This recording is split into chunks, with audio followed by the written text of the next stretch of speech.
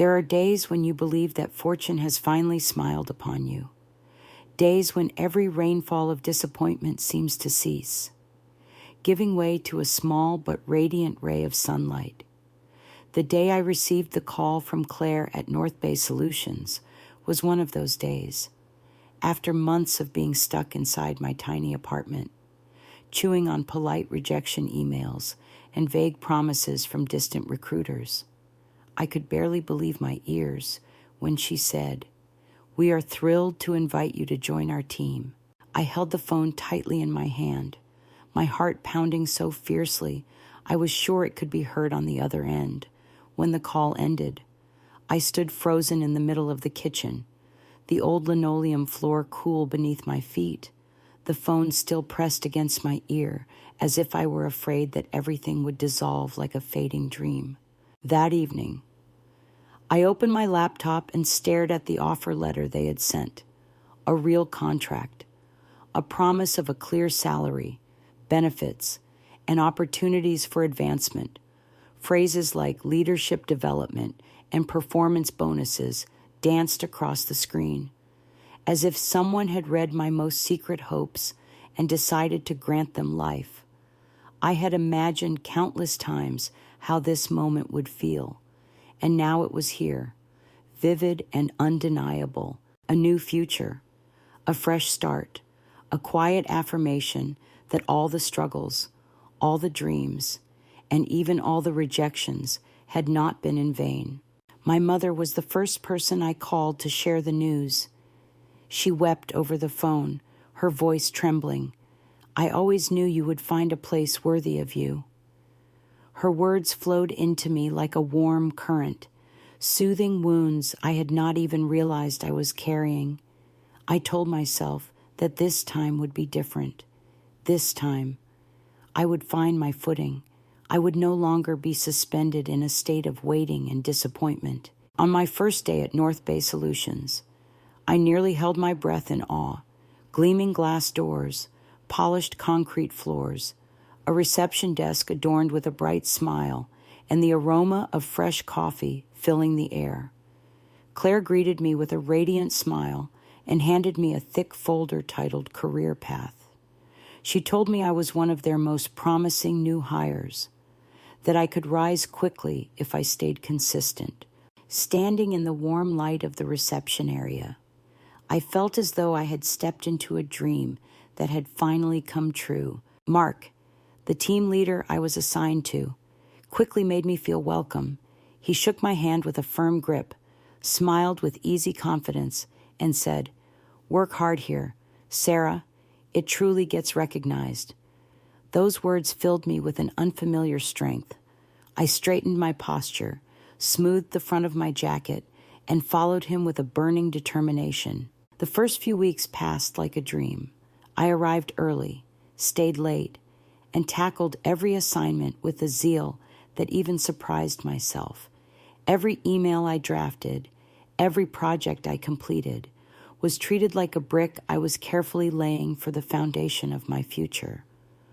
Although there were moments of exhaustion, the feeling of being seen, of being trusted, blurred the faint warning signs that I chose to ignore. On my first payday, I opened my banking app with a smile, already envisioning paying my rent, buying my mother a small gift, and treating myself to a decent dinner, but the screen was empty.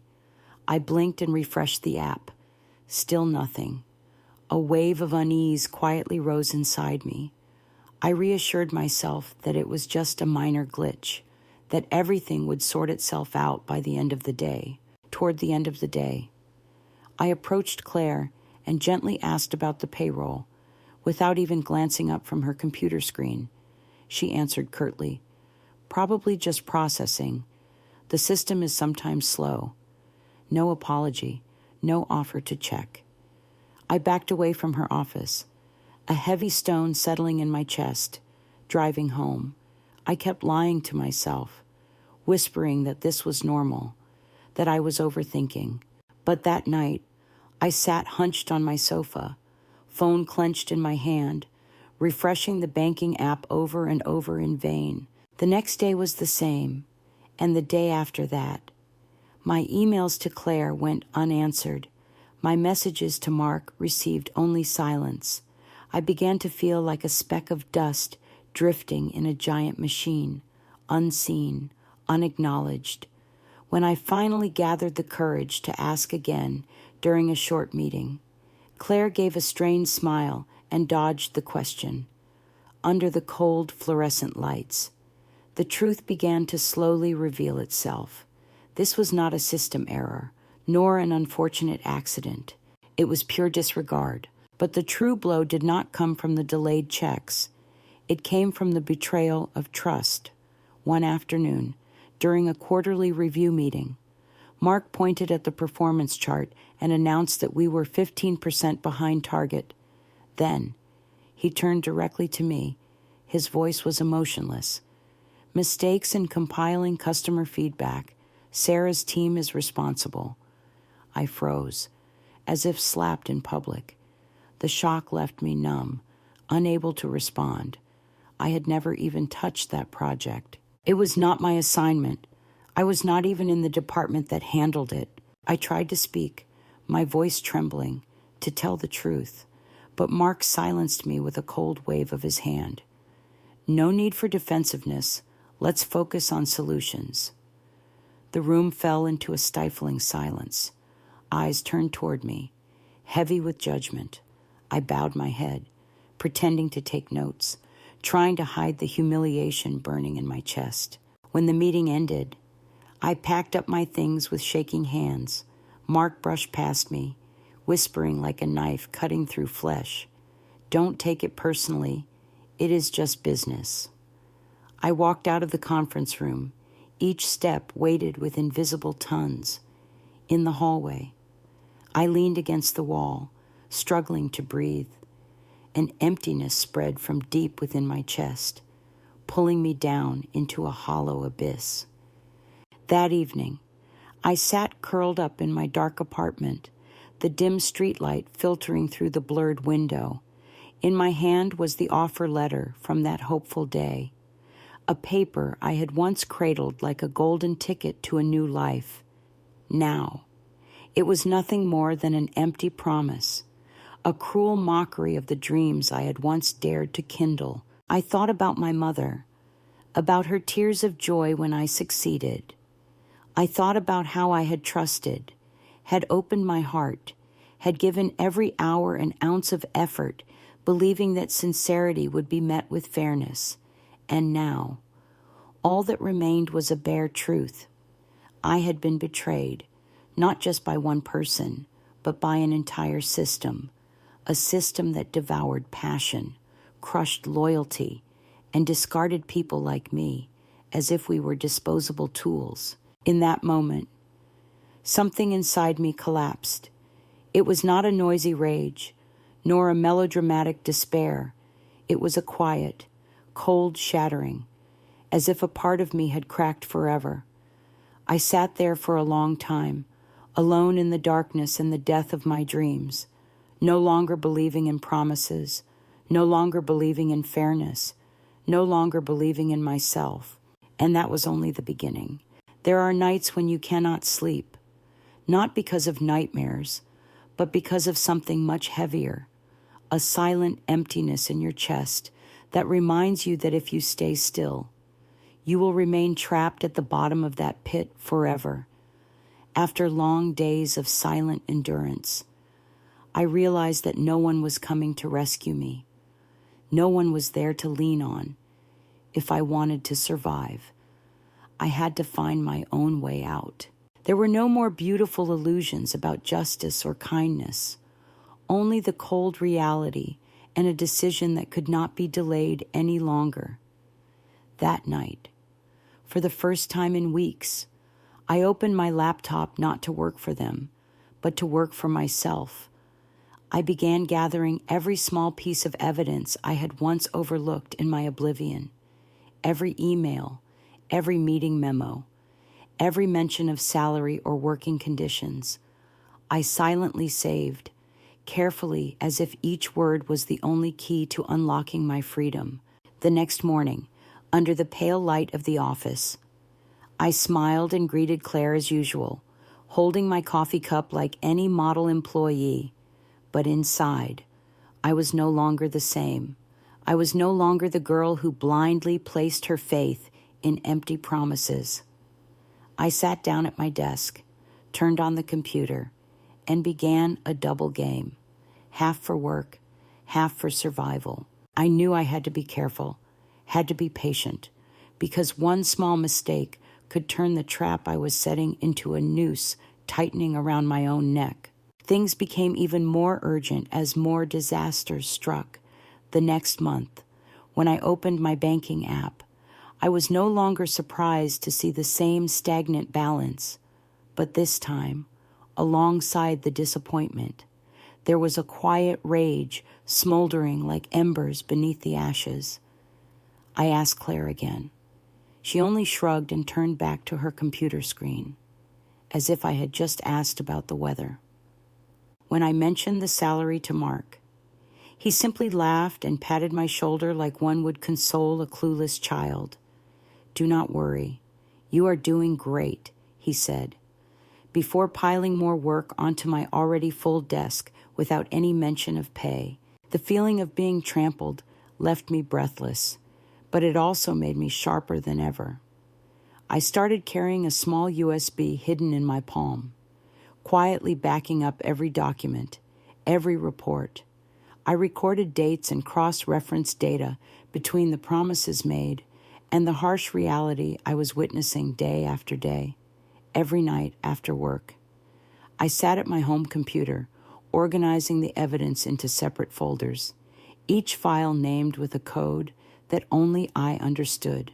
That meticulous, risky work gave me a small sense of control in a world where I had once been completely powerless. The change was not just internal. It began to show in how I observed the people around me. I noticed that the new employees wore the same tired, confused expressions I once had. The whispered conversations near the coffee machine, the anxious glances darting through the hallways. One afternoon, while waiting for my coffee to drip, Jenna from Human Resources approached me. She looked around, then leaned closer, her voice dropping to a whisper. "You have not been paid either. Have you?" I nodded, my heart pounding. Jenna glanced over her shoulder, then said quickly, "They are doing it on purpose, dragging it out so people quit on their own." I stood there frozen. All the vague suspicions I had carried for so long crystallized into a single, cold truth. That truth struck like a hammer against the last remnants of my faith. It was not a system error, not an oversight, but a calculated and ruthless strategy. I felt a chill run down my spine, but within that cold, a faint light began to flicker. Knowing the truth meant no more uncertainty, and without uncertainty, I could begin to fight back. That night, I opened a new document on my computer, named it Insurance, and started compiling everything I had. I made a list of others I knew who had suffered the same fate, saving every complaint email, every tiny trace of injustice. But I also understood that I could not act alone, if it was just me. They could easily brush me aside like a speck of dust. I needed evidence, and I needed allies. I went on LinkedIn, searching for former employees of North Bay Solutions who had quietly disappeared. I sent out short but pointed messages. "Hello, when you worked at North Bay, did you ever experience any issues with salary or management?" The first few minutes passed with the weight of a stone, but then the small ping sounds began, one after another, each reply cutting into the mask of deception the company had worn for so long. Delayed salaries, forced overtime without pay. One person wrote, "Threatened to ruin my references if I complained." Another shared, "Within hours." I had gathered nearly a dozen chillingly similar stories. I opened a private group chat and invited them in. At first, everyone was cautious, exchanging only polite greetings. But once one person spoke up, the group erupted, stories, evidence, and long-suppressed pain flooded out. The more I listened, the clearer it became that what I had suffered was only a small corner of the rotten map that was North Bay Solutions. They had built an entire system rooted in fear and silence. And now, for the first time, that silence was beginning to crack. I was no longer alone. We were no longer isolated victims, but witnesses, survivors, silent warriors preparing for a battle they had never anticipated. Yet that determination also brought danger. One night, as I was backing up documents late at the office, Mark suddenly returned. I heard the door open and my heart leapt into my throat. I quickly minimized the window and forced a harmless smile as he walked past. "Still here. You really are the warrior of the department." Mark laughed loudly, rummaging through the papers on his desk. I nodded, hiding my trembling hands beneath the table. When he left, I collapsed into my chair, cold sweat soaking the back of my shirt. Every step I took on this path felt like walking a tightrope stretched across an endless abyss, where one slip would mean an untraceable fall. I knew time was running out. Sooner or later, they would sense something was wrong. I had to act before I was exposed. I moved faster, backing up everything not to one, but to multiple drives, hiding them in safe places outside my apartment. I documented every detail meticulously, leaving nothing out. Sleepless nights were no longer torture. They became a mission. I no longer counted hours in despair.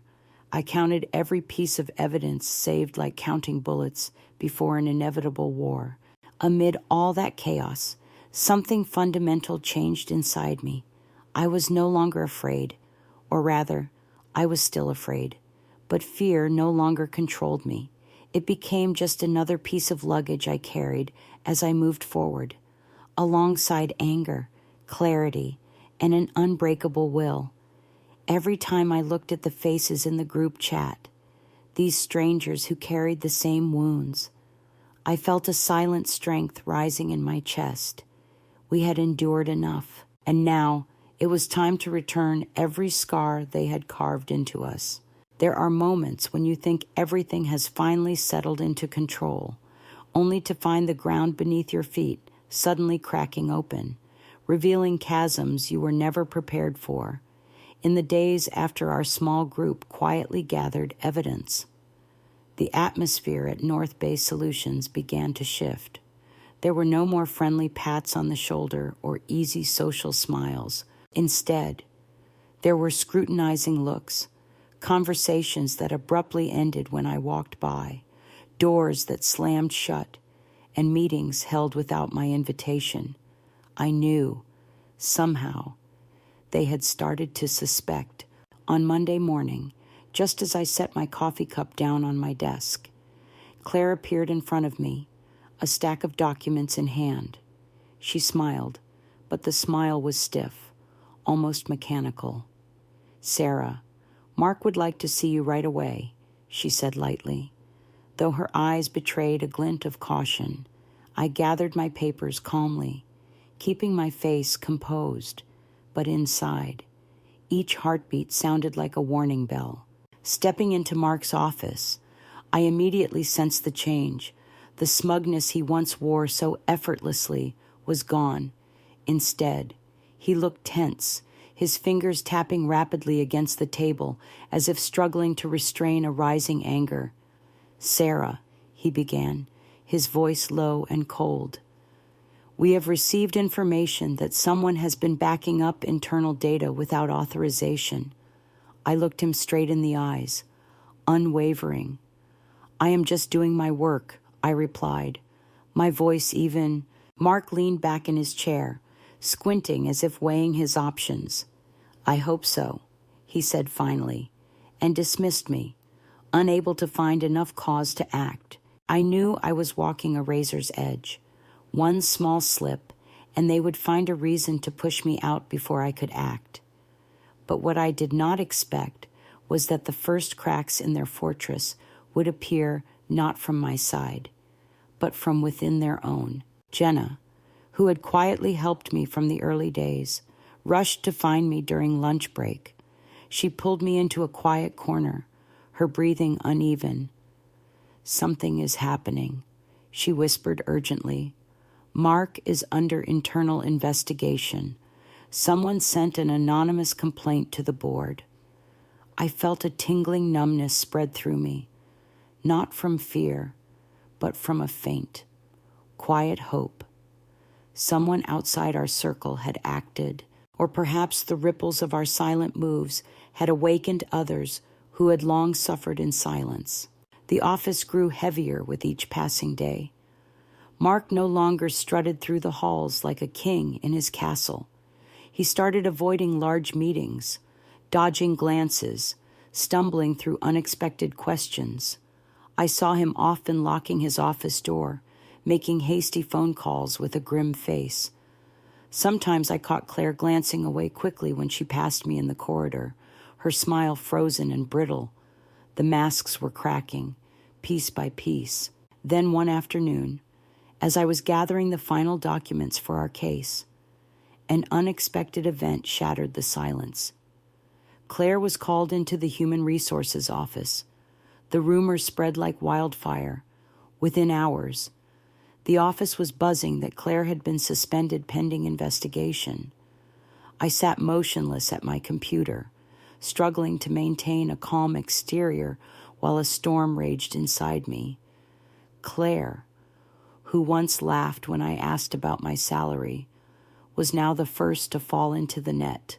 But I understood this was just the tremor before the true storm. My small group continued working in silence. But the weight on our shoulders grew heavier each day. Some nights, as I sat alone surrounded by piles of documents, I questioned whether I had gone too far. There were times I thought I felt invisible eyes watching from the cameras, imagined footsteps following behind me. But whenever fear began to creep in, I reminded myself of those empty bank notifications, of the shame of standing in a crowded conference room while Mark humiliated me. I clenched my fists and told myself to hold the line. The biggest turning point came one Wednesday morning. Jenna sent me a short message, "Check LinkedIn." My heart pounded as I opened my phone. A former North Bay Solutions employee had posted a veiled story about unpaid salaries and forced overtime without compensation. Underneath, dozens. Then hundreds of comments flooded in, each a living testament to the rotten system Mark and his circle had built. Within hours, the story spread. A small tech news outlet picked it up, running a headline: "North Bay Solutions accused of employee abuse and wage theft." The company's name began to surface not only internally, but in the broader market. Partners canceled meetings. New candidates declined interviews. Clients flooded the lines with questions about the rumors. Mark began arriving late to meetings, pale and shaken. He no longer grandly waved his hands talking about growth strategies, but stumbled through vague mentions of internal reviews and process improvements. I sat quietly, watching him twist under the pressure, feeling a strange, detached relief rising within me. But I knew the battle was far from over. In fact, it was entering a more dangerous phase. One evening, as I left the office, a black car trailed me closely along the curb. I could feel the probing gaze from behind the tinted windows. I made sudden turns through several streets, ducked into a busy convenience store, and lingered there for half an hour pretending to shop. When I stepped outside again, the car was gone. I returned to my small apartment, locked the door 3 times, and sat still for hours in the dark, listening only to the pounding of my heart.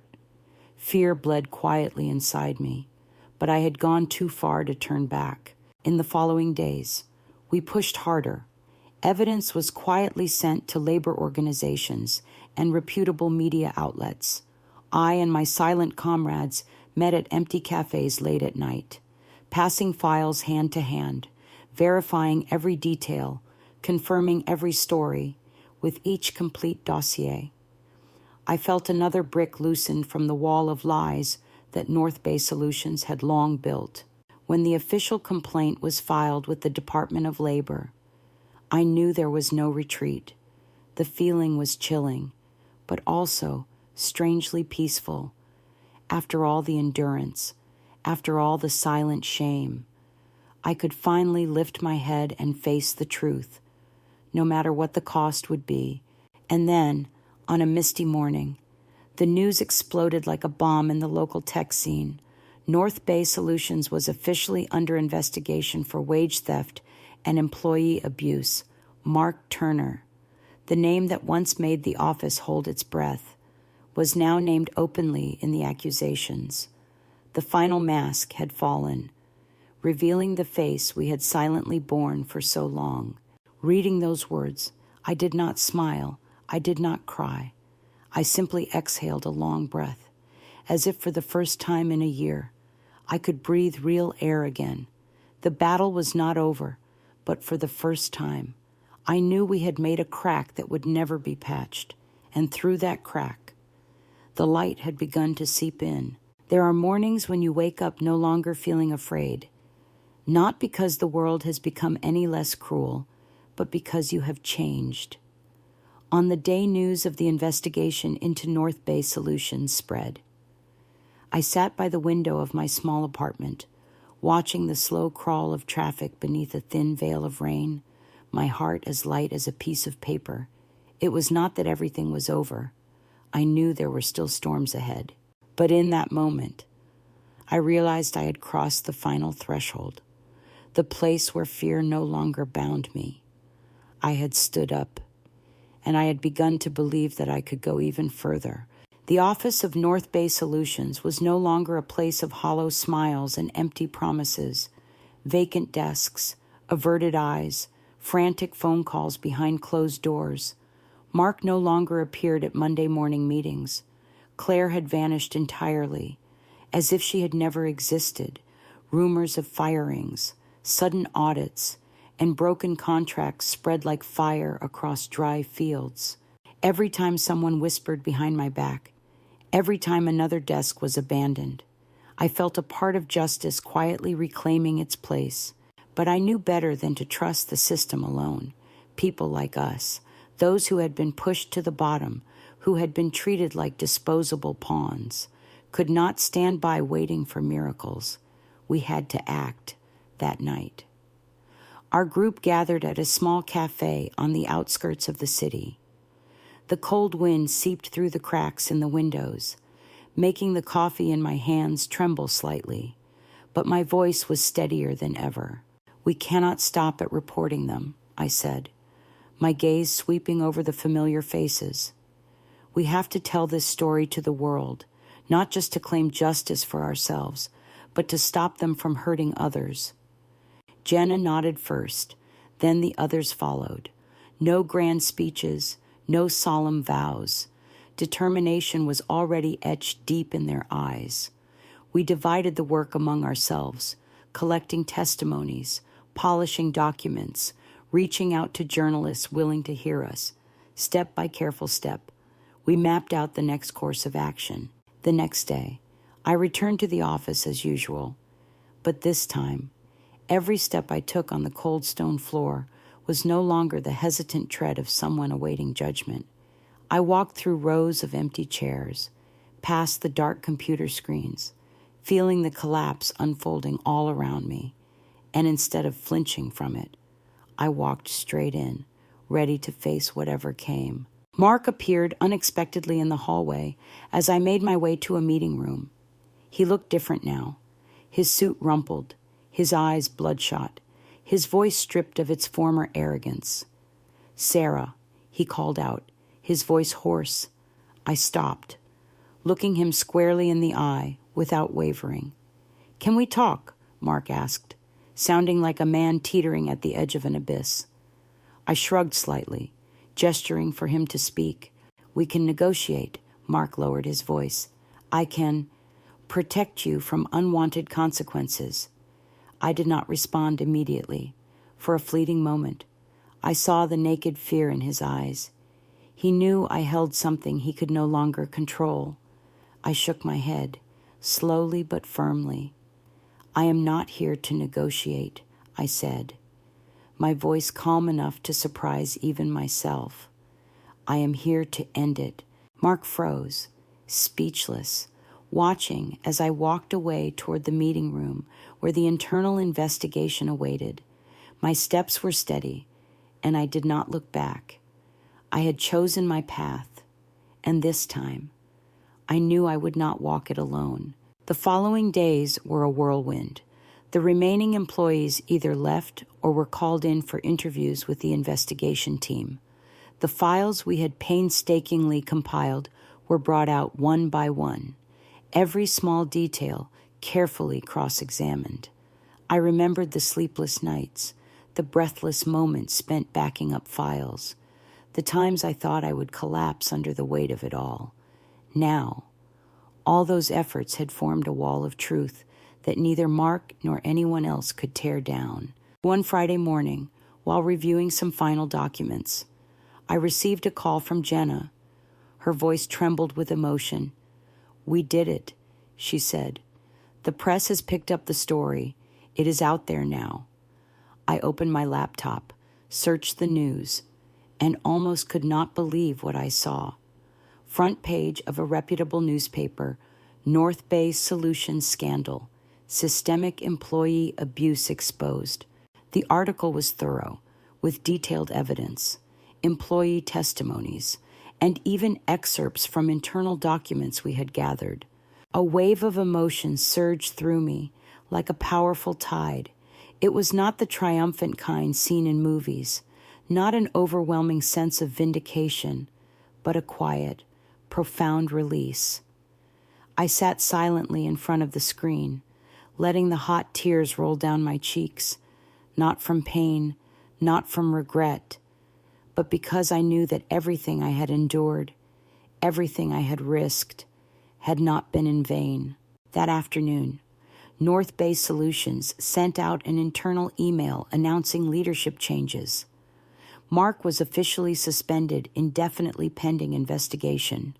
Claire was also named in the ethical misconduct allegations. The company promised a complete overhaul of their management system, but I knew too well that those promises held no weight anymore for those of us who had once believed them.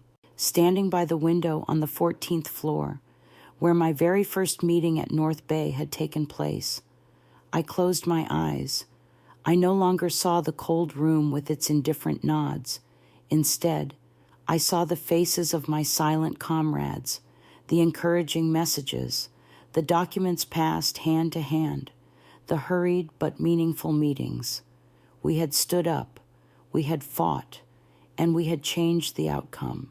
When I opened my eyes, I knew one thing more clearly than ever. This was not the end. The battle might have reached a conclusion, but my journey had only just begun. I had once believed that hard work and honesty were enough. Now, I understood that sometimes you have to stand up, protect yourself, and create justice with your own hands. That night, I opened my laptop and created a new profile, not to find a job, not to send out resumes, but to start a project of my own, an idea I had long nurtured but never had the courage to pursue. A community for young workers, a place where they could share, support, and protect one another against the rot hidden within many systems. I did not know where it would lead or what shape it would take, but for the first time in many long months, I felt the fire inside me was no longer just anger. It had become the fire of life, the fire of hope. And as I typed the first words, I understood that this time, I was not merely coming back, I was rebuilding, brick by brick, breath by breath, heartbeat by heartbeat, not to seek revenge, not to prove anything to anyone, but simply to remind myself that I had walked through the darkness, and I had learned how to light the path I would walk forward. There are days when you no longer need to say anything at all. You simply stand tall amid everything that once tried to drown you, and your very existence becomes the only answer needed. When I returned to the city after a few weeks away from North Bay Solutions, it was not as a failed former employee, but as the founder of a small organization that was steadily gaining attention. I could feel it clearly. I was no longer the old version of myself. I had changed, and the world too was shifting in response to the steady footsteps that I and my companions had carved out together. The online community I had built during those early dark days was now thriving. Every day, I received dozens of messages from young workers, sharing their stories, seeking advice, asking for support. There were no more silent fears, no more cries for help buried under silence. Each story shared was a piece of a larger, stronger picture, something that people like Mark had never anticipated. I did not need to confront North Bay Solutions directly. I did not need to retaliate against Mark with public arguments or accusations. All I needed was to keep doing my work, shedding light on the things they had tried so hard to bury. News of their violations spread further. Lawsuits followed. Major partners pulled out. Talented applicants declined interview offers. The name North Bay Solutions, once a symbol of rapid growth, had now become synonymous with scandal and rot. Mark could no longer hold on to the powerful position he once occupied so confidently. After the official investigation, he was forced to resign. A small, unremarkable article announced his quiet departure from the company. No ceremony, no farewell party, just a dull line in a press release and a cold emptiness no one cared to fill. I felt no triumph, no need for celebration. In truth, when I heard the news, I simply sat quietly in my usual cafe, sipping hot tea, and realizing clearly that real collapse does not need noise. It happens silently, mercilessly, but with undeniable fairness. Claire did not escape the consequences either. Her ethical violations made it nearly impossible for her to find employment at any reputable firm in the industry. A former colleague messaged me, saying Claire had taken a part-time job at a small company in the suburbs. Far from the spotlight she had once clung to so desperately. I read the message, set my phone down, and felt nothing but a strange peace. Everyone in this story was carrying the weight of their own choices now. There was nothing more I needed to say. As for me, I did not return to the old world. I chose another path, a road I had carved out myself from loss and wounds. The small organization I once founded had now grown into a wide network, collaborating with labor groups and employee rights advocates. We held workshops, created educational materials, offered free training courses on labor rights. I stood before young workers, sharing my story not to seek pity, not to complain, but to prove that one person could make a difference if they refused to stop believing in themselves. One afternoon, while preparing for a new workshop, I received an email from a stranger. The subject line was simple, "Thank you," in the letter. The person shared how they had been mistreated by a company, but had found the strength to stand up for themselves after reading the resources we had provided. They not only kept their job, but also forced the company to change its internal policies. I read and reread the letter, my heart swelling with a quiet pride. No one needed to know my name. There were no spotlights. It was enough to know that a small seed I had planted had taken root in someone else. One rare day, I passed by the old North Bay Solutions building. I stopped. The building was still there, its glass walls reflecting the evening light, but it had new occupants now. A young, vibrant company had moved in. There was no trace left of the darkness I had once endured there.